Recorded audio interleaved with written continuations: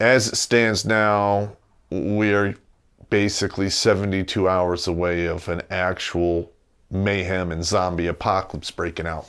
If it happens, I hope it doesn't, you're not going to be able to call the cops for help. You're not going to be able to call the fire department or an ambulance or any of those public services, because those individuals will be taking care of their families and trying to do the exact same thing.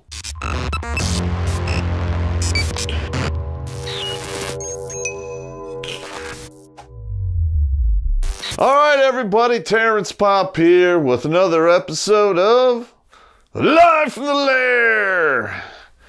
And today we're going to be going over a subject which may or may not be very useful to certain individuals moving into the future. All right, now, for those, if you're just tuning into this show, I'm a former Green Beret, Airborne Ranger, paratrooper. I got all kinds of time in the military. And I have taught this particular class that I'm going to go over here probably 100 times. Okay, now I can't go into everything here because it's very time consuming. I'm just going to go over basically a bird's eye view, and then I'll go into further, I'll break it down, into more detail moving forward. Now, this is called escape and evasion. Moving forward, there's very high possibility we here in the United States are going to experience a severe amount of turmoil. Dare I say, it might actually be very similar to what's going down in Venezuela with the hyperinflation, the food shortages, just the absolute craziness.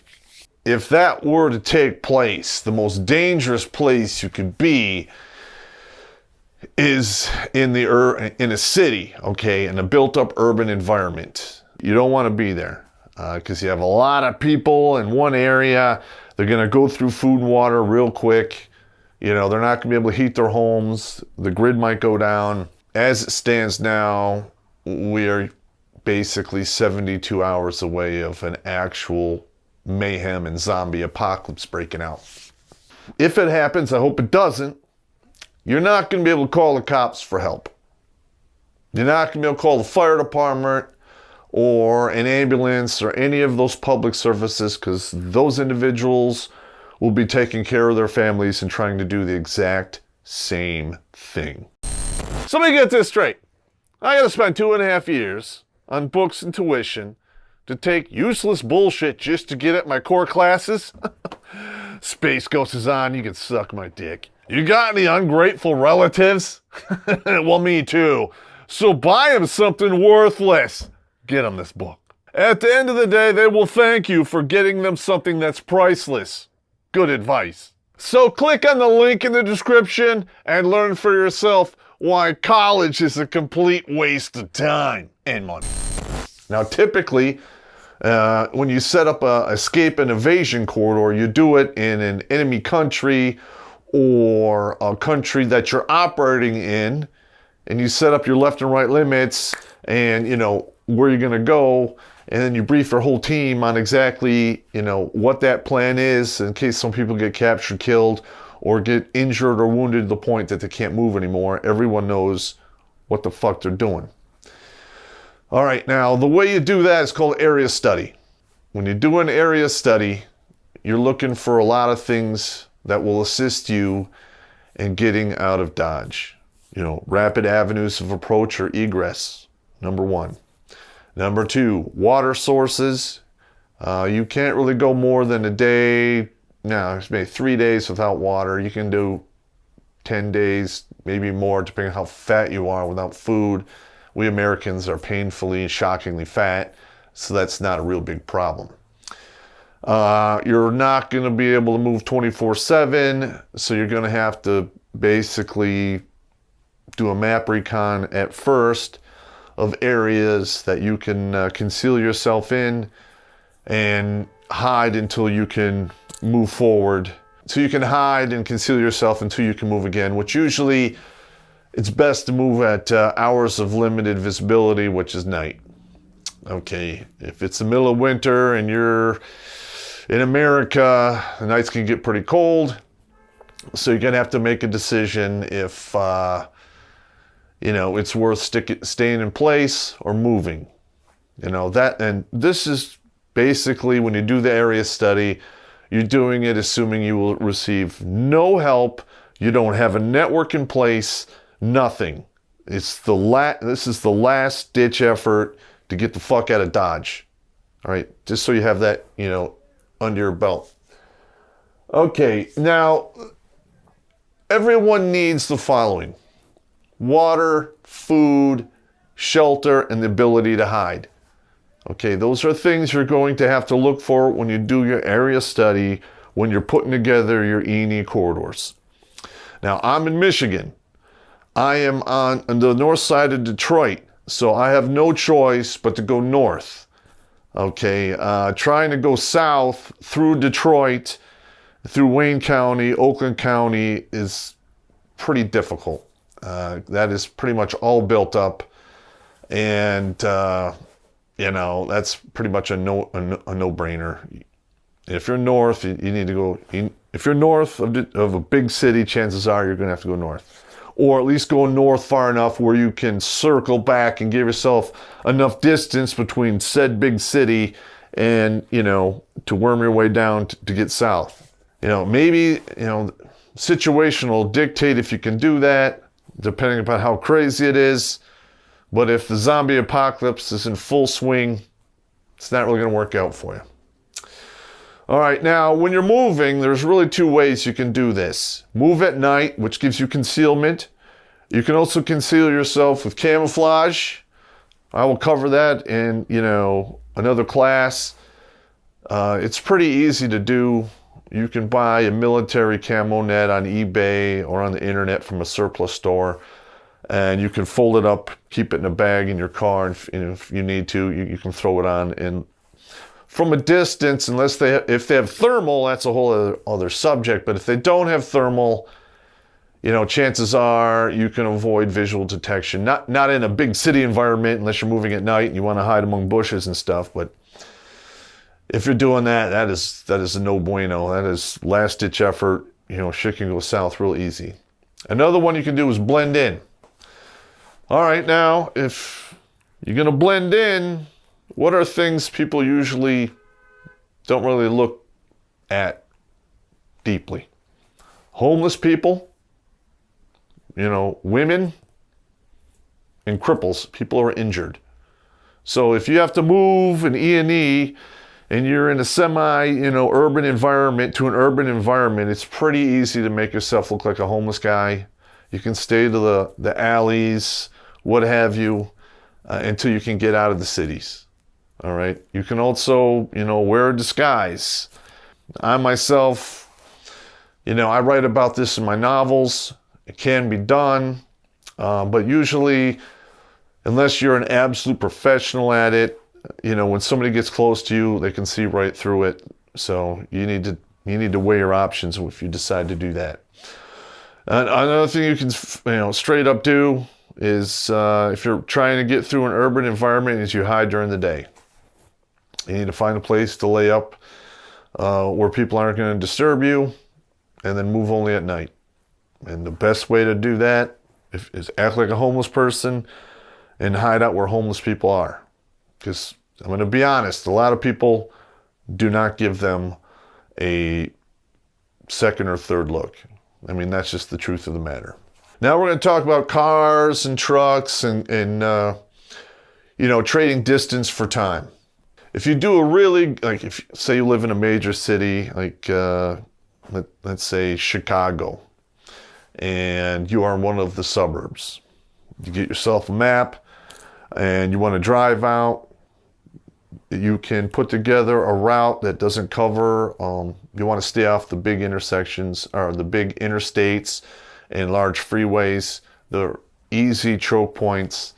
You want to stay to surface roads when and if you can, and it can easily be done. I have driven myself on surface roads from here all the way to Utica, New York. It took a long time, but it can be done. You gotta weigh these things out. Another thing you could do if you have to walk out is a lot of cities have major high tension lines, and usually the power company will run them through an area. And for instance, where I'm at, I can jump on the power lines near me and literally walk north all the way up to, Almont, Michigan for the most part. I do that at night, and then I lay low. I can literally walk my way out of here. Ideally, foot movement in today's environment is not the preferred method, but if that's all you got, it is what it is. So I would suggest, try, put together a plan where you use a vehicle as much as you can, and then there may come a point, like if you run out of fuel, or if you run out of road, or you're facing a checkpoint, you have to leave the vehicle behind, draw a red line through it, it no longer exists, and you're gonna have to go out on foot. Now, to get ready for this, it would behoove you to get in shape. We're all fat Americans. I know I need to get in shape too. I can easily stand to lose 20 pounds. But in all actuality, if you were to walk 5 to 8 miles 4 times a week, speed walk that, run a little bit. It can't hurt you. And listen, getting physical fitness in the bank is an investment into your future, which will pay dividends down the road. I'm not fat shaming anyone. Don't cry about it, but it's the truth. Like I said here, on foot is very possible. Like for instance, say I jump on I-75 heading north, and I weigh the options, and it is actually to my benefit to get as far away as possible, as fast as I can. Okay, and I'm going north. There's a huge pileup, and the cops and the fire trucks aren't coming, and the longer you stay there, the bigger the target gets on you. You're gonna have to make a command decision. Pack up your shit, put it on your back, leave the car in place, or pull it off to the side of the road and just let it sit. All right, your goal here is to survive. You're not here to fight. All right, you just want to ride it out. Okay, 7, do not, if possible, use violence. All right, now, hypothetically, let's just say you are on a major highway, there's an accident or a checkpoint or some craziness going on. You pull the car off to the side, you get out, and you hoof it on foot. To the people running the checkpoint, or the people who are up in the chaos that's going on, you are the lowest denominator. You're not a big deal. All right, they figure, you're on foot, they can get you later, which they can. But if you know what you're doing, catching people on foot is very hard. Okay, and I'll cover that in a future episode. If you get out and decide you're gonna, shoot it out, or you're gonna fight somebody, listen, you're just ramping up somebody's resolve to fuck you up. All right, you don't want that. You don't, like I said, attention is trouble. All right, just get out of there, say, hey, I'm out. Dee dee Mao. If you're just somebody and you're just doing this and you're just walking out of the area, you're not going to attract a lot of attention. I can't tell how many times I've been in a crowded bar and somebody starts fighting off in the corner and everybody and their mother focuses their attention on the conflict that's going on there. Okay? You don't want that. All right? And finally, number 3, you can get hurt. Say they break a leg, what are you going to do then? You're stuck. All right? You get, a penetrating wound that touches an internal organ. You're going to need professional medical care to take care of that, because your chances of dying go way up. All right? You don't need that either. All right? You can get shot. That definitely needs professional medical care to get treated. That may or may not exist, and if it does, then people are going to ask questions. All right, again, attention, you don't need that. So stay away from violence. Just Dee Mao out of there.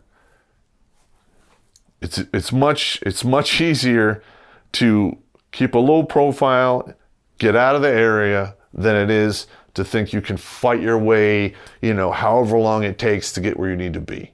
Armies do that. You're not an army, you're just a dude. Maybe you have 3 to 5 guys with you. You still can't do that. Logistically speaking, it's virtually impossible. Next board. Number 8.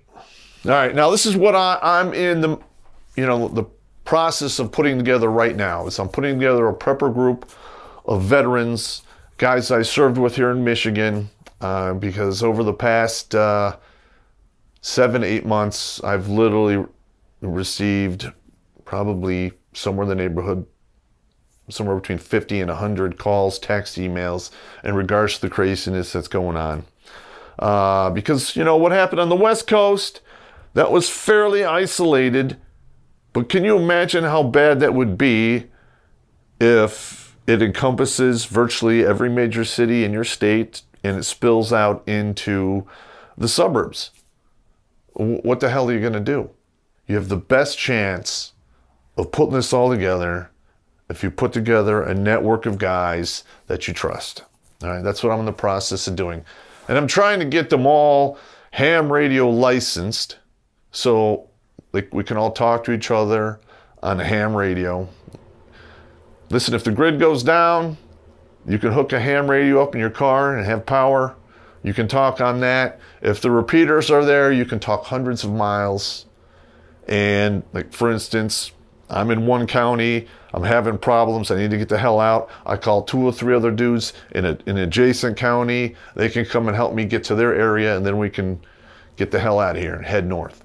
There's safety in numbers, there's strength in numbers. It's not against the law to set up a prepper group. It's not against the law to, defend yourself and, stay alive. Number 9. This is important. If you can, you pre-place caches. Now, in the military, I've gone on cache operations. We jump in there with a bunch of bullshit. We'd put it in the ground. We'd mark it with on the map with a 11-digit grid and a description of stuff that's by it. I'll be covering this in other class in caching, and it'll help you guys figure this out. Now, a good place to cache stuff is federal land and state land. Okay, preferably near a major terrain feature, something that you can identify if you do not have a map. All right, again, I'll go into more detail. And things you want to have at the cache, okay, you want to have food, water, you might have to, put a weapon in place if you think it's necessary. Additional clothing, maybe some tarps, medical equipment and supplies, and medicines. Like if somebody in your group is a type 2 diabetic, it wouldn't hurt to put in place, a 6-month supply of metformin. You can buy that stuff on the internet right now. It'll go right to your house.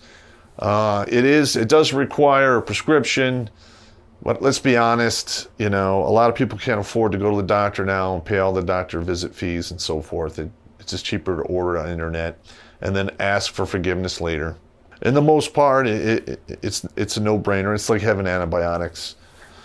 And that's another thing that if you have a cache with 5 or 6 different types of antibiotics, if it gets really bad, that shit, it's worth its weight in gold. Because people are going to get cuts. They get infected. Back in the old days, if the infection got bad enough, guess what? They tied it off and they took it off with a machete. They burned the stump and they hope you don't die from it. If you have antibiotics, you have a very good chance of preventing that from happening. All right. Another good thing to have in there is dental floss and needles. They make great sutures. Alcohol, hydrogen peroxide. You could even use, there are some female feminine products if they aren't, scented or have anything that are good for deep flesh wounds. You can get Vaseline and other gauze for burns and stuff like that. That's just stuff that goes in a typical cache. Another good thing to put in there is batteries, maybe a solar panel for charging, said batteries. After a certain amount of time, rechargeable batteries are king. Regular batteries, they'll be gone. You can put together a decent cache for like $500 right now in the beginning of 2021. And it might become significantly more expensive moving forward. All right, now number 6, you want to get to an area where you can lay low. All right, you want to lay low until you can get a proper extraction to a safe area. Where that'll be in the lower 48, I do not know yet. But, I'm sure as we move forward and people continue to separate and oil and water, goes crazy, they will become apparent. Again, if you have a group, you can call on other people, especially if you have a ham radio or an AM radio that you can transmit long distance with to get yourself extracted. If you can't do that, find yourself a safe area, again, state or federal land. If you're in Alaska, you can move off into the wild, hang out there, and you can stay there for years, providing you can find water and food and build yourself some shelter. Okay, and don't attract attention because that's bad news bears. All right, again, on your person, you want to maintain some of the following stuff in your vehicle or in a bug out bag. You want to have maps of your area. You want to have a compass. You want to have a water purification system. They have all kinds now. They're not that expensive. You can get the ones you crank, the ones you pump with a thing, whatever. You can literally get some of the smaller ones for like $100 that'll literally purify, 2,500 to 5,000 gallons of water. That's going to take you a long time to go through that much water. You can pretty much burn through that in a year if you bathe in it, but if you're just drinking it, that'll last you a good 2 or 3 years. Okay, and you want to have emergency food. Weapon optional. Now, emergency food, you want something that's going to give you high caloric, with low weight. The best thing for that you can get right now over the counter is peanut butter. All right, you can get huge tubs of peanut butter at Costco, Sam's Clubs, BJ's, which is very disappointing. You can't get BJ's at BJ's. That's another side issue. But, yeah, you can literally 3 mouthfuls of peanut butter a day with proper water. That one big can of peanut butter could last you a week. You cover 30 miles a day. You can push it. You can probably cover 250 miles. If you have good boots and you're in shape and you're not carrying a piano on your back. So, it is what it is. Some people hate peanut butter. If you're allergic to peanut butter, then, figure something else out. I really don't know what to tell you. Maybe if you're not allergic to another type of nut, you can get it like cashew butter or something, almond butter or something like that. It might not have the same caloric impact as peanut butter, but it is what it is. Another thing you could do if you're in a calm or a cool environment is butter and cinnamon, or brown sugar. You just take a scoop of butter, throw it in a little bowl, small handful of brown sugar, stir it up, boom. It's not quite as good as peanut butter, tastes probably a little better, but if you're in a hot environment where the butter will melt, then it's not really a viable option. Oh, you guys want to know about weapons? All right, so we're going to talk about weapons here. Weapons are optional. Though you do want to have a survival saw. Basically, it's a folding saw. Those things are great. Hunting knives. You can do all kinds of shit with hunting knives. Just watch the movie Rambo. I know it's bullshit, but a lot of stuff they did with that knife, you can actually do. If you are E&Eing, again, violence is not your your first option, you know, a good World War II bolt-action rifle like an Enfield 303 or a Mauser. You can find a lot of modern bolt-action rifles in get a military caliber. The ammo's easier to get right now. And you can actually use that if you need to, you know, eat meat or whatever. You got to hunt with it. And, you know, if you are being pursued by the zombie horde, let me tell you, a couple of shots in their direction, especially if they can hear the crack of the round going overhead, people slow way down when that is happening. And a lot of people, especially the run-of-the-mill people, they'll be like, well, he might have some food, but is it worth me getting shot over? How about I go look for a more vulnerable target and just let him go about his business? That is what we're doing here. You're not out there doing, you know, crazy offensive operations. Not your deal. Okay, you are here to survive. Bottom line. Anyway, that's all I got for you today. We're going almost on 30 minutes. Holy shit, for an overview, I can run my suck hole. You guys take it easy.